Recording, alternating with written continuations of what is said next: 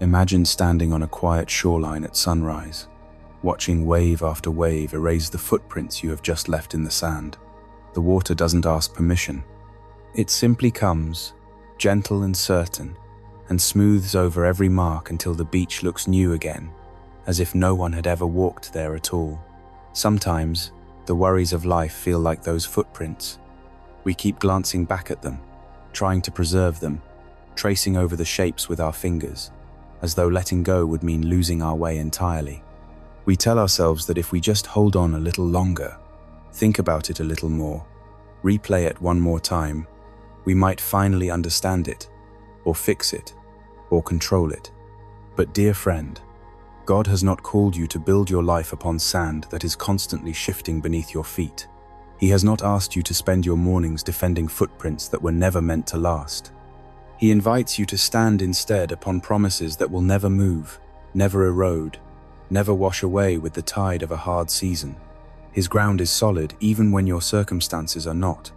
So before your phone buzzes with the first notification, before the to-do list unfolds itself in your mind, before the weight of yesterday tries to climb into today uninvited, pause here for a moment. Let the tide carry away what it needs to carry away. A new day is opening before you, quiet and unwritten, and you are not stepping into it alone.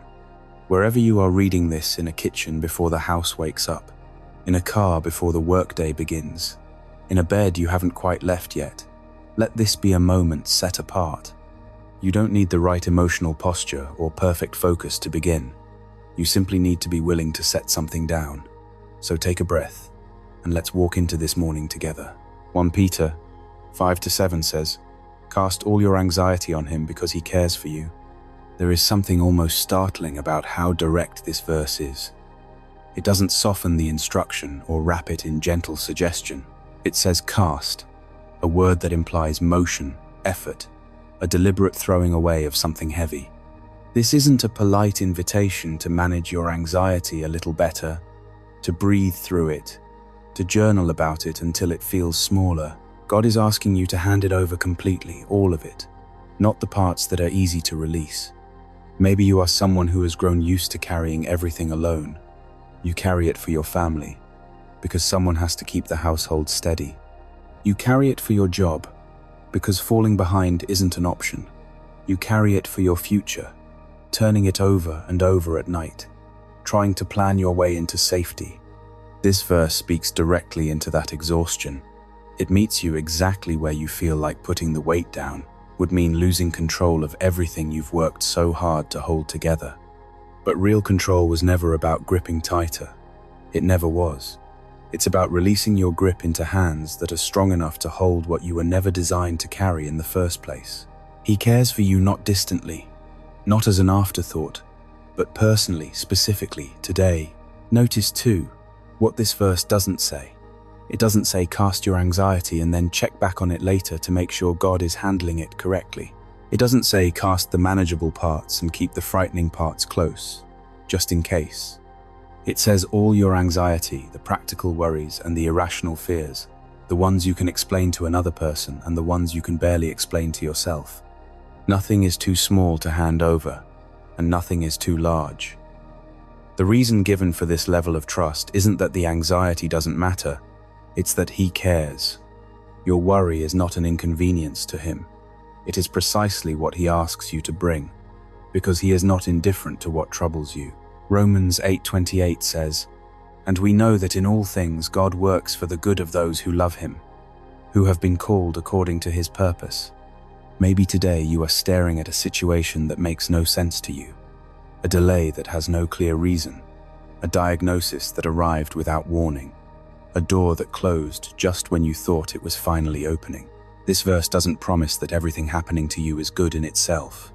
It promises something quieter and, in some ways, sturdier, that God is working even now, even in the confusion, even in the parts of your story you would never have chosen. If you feel like your life right now is a puzzle with several pieces missing, remember this: you are not seeing the whole picture, and you were never meant to. The frustration of an incomplete view is real, but it is not the final word. He is not confused by your circumstances. He is not scrambling to catch up. He is already at work, weaving something purposeful through the very thing that feels senseless to you this morning. This verse also carries a quiet condition worth sitting with. It speaks of those who love him, who are called according to his purpose. It isn't a blanket promise that difficulty automatically becomes convenient or painless. It's a promise about direction, not about ease. Even the hardest seasons of your story are being folded into something with intention behind it. Even when the process feels slow, even when you can't yet name what the good will look like. You don't have to manufacture peace by pretending the delay doesn't hurt. You can hold both truths at once. This is hard, and he is working. 2 Corinthians 4:17-18 says, "For our light and momentary troubles are achieving for us an eternal glory that far outweighs them all. So we fix our eyes not on what is seen, but on what is unseen, since what is seen is temporary, but what is unseen is eternal." Whatever you are walking through right now probably doesn't feel light. It doesn't feel momentary either. It feels heavy, and it feels like it has been going on forever, and it feels like it might never end. But Scripture calls it light and momentary, not because it minimizes your pain, not because it pretends your struggle isn't real, but because it refuses to let that struggle have the final word over your life. This verse speaks to you when your eyes have become so fixed on the problem in front of you that you've forgotten to lift them towards something larger. It's easy to let a hard season become your entire horizon, but you are invited, gently and repeatedly, to shift your gaze. What you are going through right now is a chapter, a real, painful, formative chapter, but it is not the whole story. There is more being written than you can currently see. There's an honesty in this passage that makes it easier to trust. It doesn't ask you to deny that your troubles are heavy. It calls them troubles, plainly, without pretending they're small. What it reframes is their weight relative to eternity, not their weight relative to your ability to endure them today. Fixing your eyes on what is unseen doesn't mean ignoring what is right in front of you. It means refusing to let the visible, temporary circumstance become the only lens through which you see your entire life. The unseen God's presence, his promises, the eternal glory this verse describes is no less real simply because you cannot hold it in your hands this morning. Before we step into prayer together, take a moment simply to be still. Breathe in slowly. Let your shoulders drop from wherever they've been holding tension. You don't need to solve anything right now. You don't need to have the right words ready, or a clear plan for how God should answer. Just name quietly, in your own mind or out loud, the one concern sitting heaviest on you this morning. You don't have to fix it before you bring it to him. You simply have to bring it. As you hold that concern in your mind, let this refrain settle over you. You don't have to carry into today what God is asking you to place in his hands. Say it again if you need to. Let it slow your breathing. Let it loosen your grip. You don't need to arrange your thoughts into the right order first. You don't need to figure out the theological explanation for why this concern exists before you're allowed to bring it to him. Prayer isn't a performance that requires preparation. It's simply honesty, spoken towards someone who already knows the whole of it anyway. Now, let's transition into prayer together, bringing both the things you understand and the things you don't, the burdens you can name and the ones that are harder to put into words, before the God who already sees all of it clearly. Lord, thank you for this new morning. Thank you for waking me to another day I did not earn and could not have guaranteed for myself. Thank you for your nearness, even in this quiet moment before the noise begins, for your mercy that meets me here without condition, and for your presence that goes ahead of me into hours I have not yet lived. Before anything else is said, let this be first. Thank you. Thank you that your mercies are new every morning, that you did not leave me to face today with only yesterday's strength, but have given me fresh grace suited exactly for what this day will require. Thank you for the simple fact of breath, for a body that woke and a mind that is capable of turning toward you before it turns toward anything else. Thank you for being a God who is near in the ordinary moments, not only in the dramatic ones, near in the quiet of this room, near in the traffic I'll sit in later, near in the meeting I'm dreading, near in the parts of today that will feel completely unremarkable. Lord, I confess that I have not carried yesterday's burdens the way you asked me to. I confess that I keep replaying problems long after I've already brought them to you, as though rehearsing them one more time will finally produce an answer. I confess my need to control outcomes that were never mine to control, my self-reliance when I should have leaned on you, my fear when I should have trusted, and the way I keep quietly taking back burdens I already claimed to surrender. Forgive me for this cycle. And where trust feels thin or fragile this morning, I ask you to grow it in me, not all at once, but steadily, the way you always do.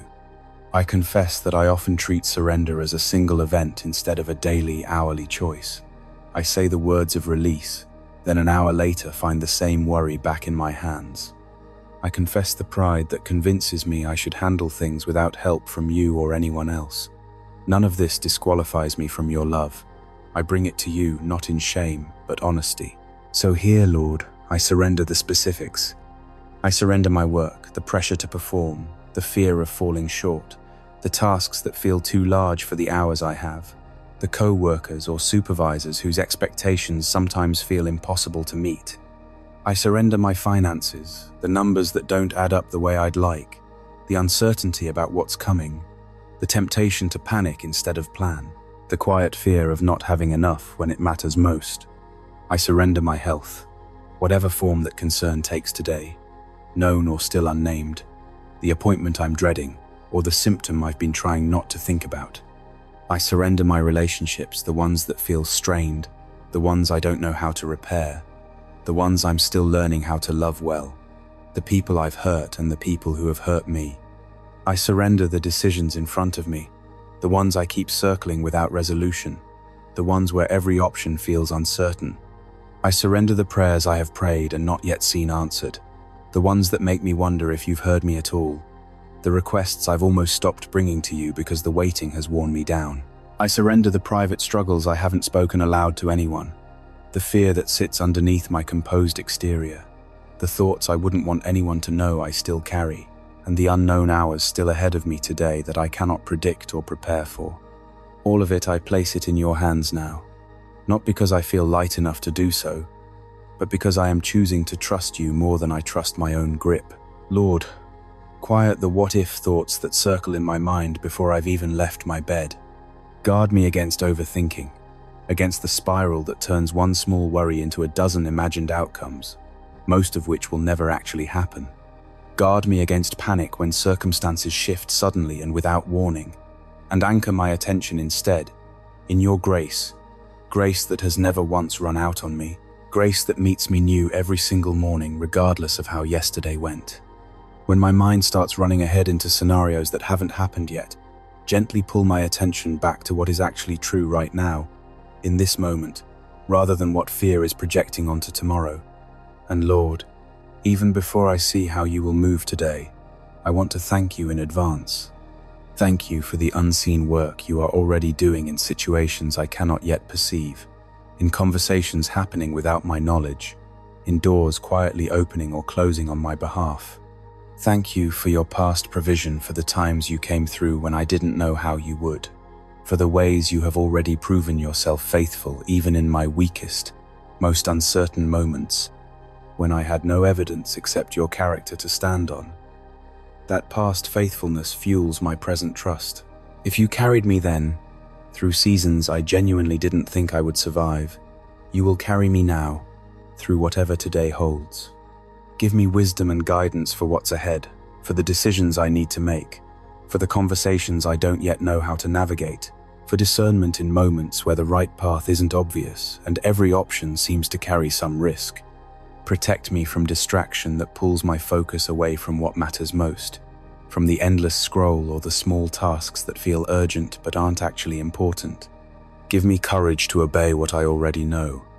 You've asked of me, even when it's uncomfortable, even when it costs me something, even when obedience means having a hard conversation I've been avoiding. I don't need to see the whole road today. I only need enough light for the next step, and I trust that you will keep providing exactly that, one step at a time, for as long as this journey requires. Shift my perspective, Lord, from asking, "Why is this happening?" to asking, "What are you teaching me through this?" Move me from dread about what's ahead to a quiet sense of expectancy, trusting that you are present in whatever this day holds, ready to meet me in the hard parts as much as the easy ones.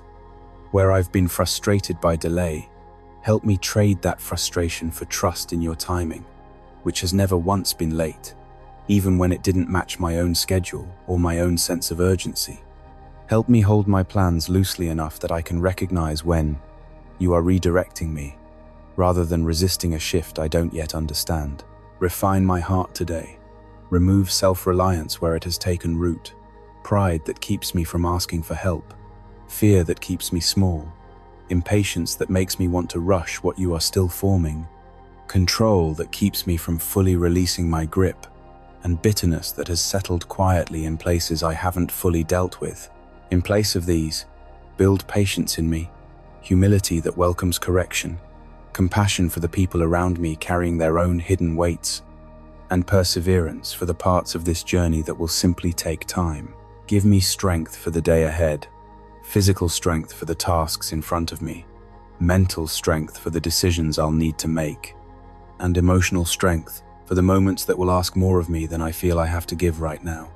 Grant me grace for the demanding parts of today, the ones I can sense coming and the ones I can't. Where my reserves feel low, remind me that my strength was never meant to be self-generated. It comes from you. Lord, give me strength for today. Not anxiety about tomorrow, just enough strength for what's actually in front of me now. Protect me, Lord, from discouragement that creeps in when things don't go as planned. Protect me from bitterness that could take root if I'm hurt today, whether by careless words or by circumstances outside anyone's control. Protect me from temptation in its various forms, and from conflict that could pull me away from the peace you've given me. Help me respond thoughtfully rather than react impulsively when I'm tested, to pause before I speak, and to choose gentleness even when I feel justified in choosing otherwise. Cover my family today, wherever they are and whatever they're facing.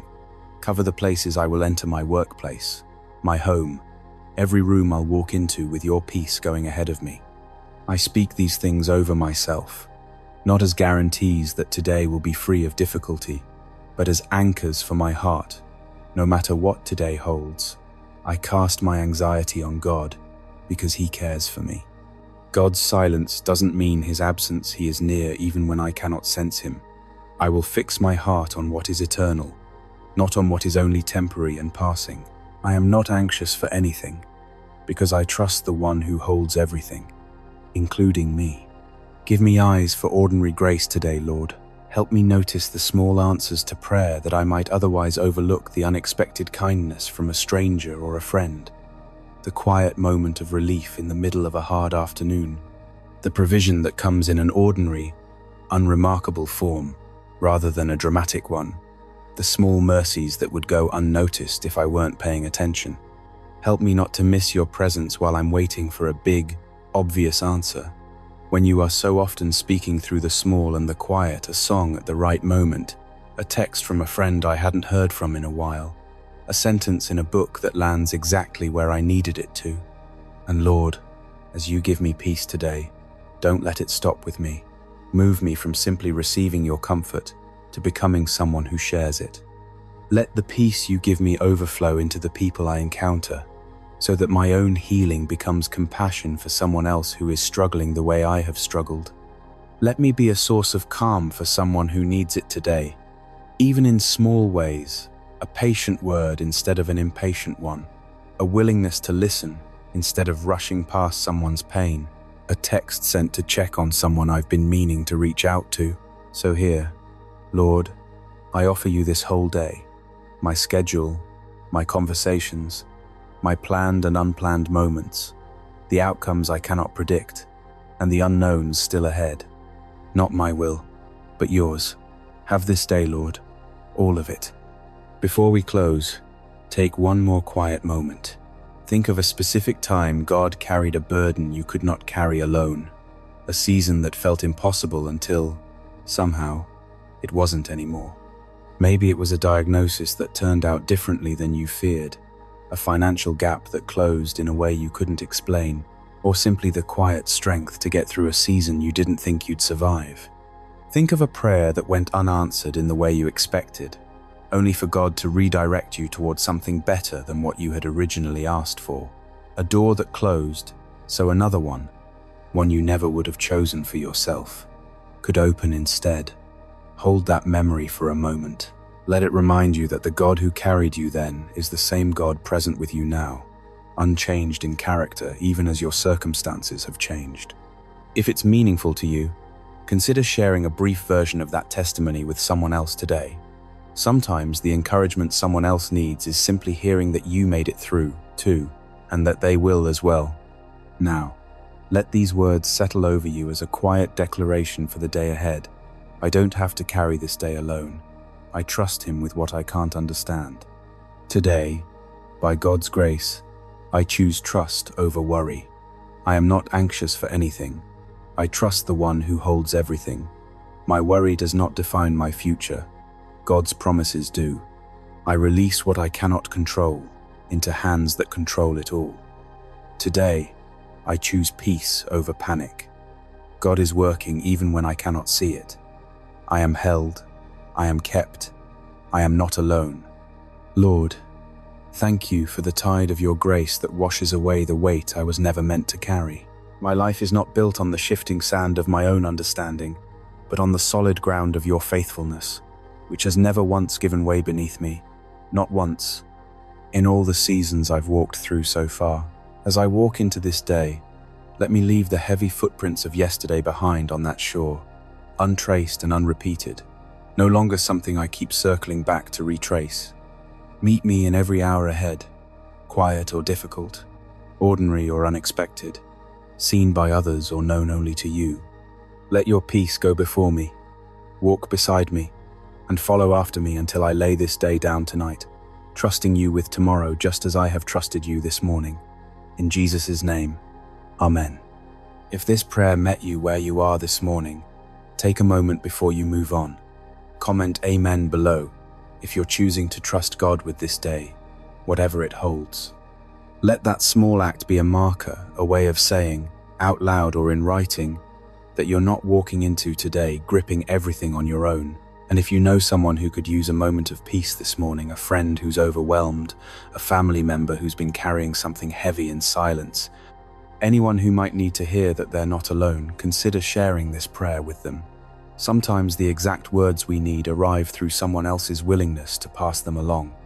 Wherever you are today, whatever this day holds that you cannot yet see, you do not have to face it with clenched hands. The tide has already come in and gone out again, and yesterday's footprints are gone. What remains is solid ground, and a God who has never once failed to meet you on it. Whatever meeting, conversation, decision, or quiet, unremarkable hour is ahead of you, you are walking into it already surrounded by grace that arrived before you did. May your heart grow lighter with every hour that passes today. May your mind rest in a peace that doesn't depend on your circumstances lining up perfectly. And may your trust in Him grow stronger with every step you take, until trusting Him becomes less of an effort and more of a habit, less of a decision and more of a home. Go in peace.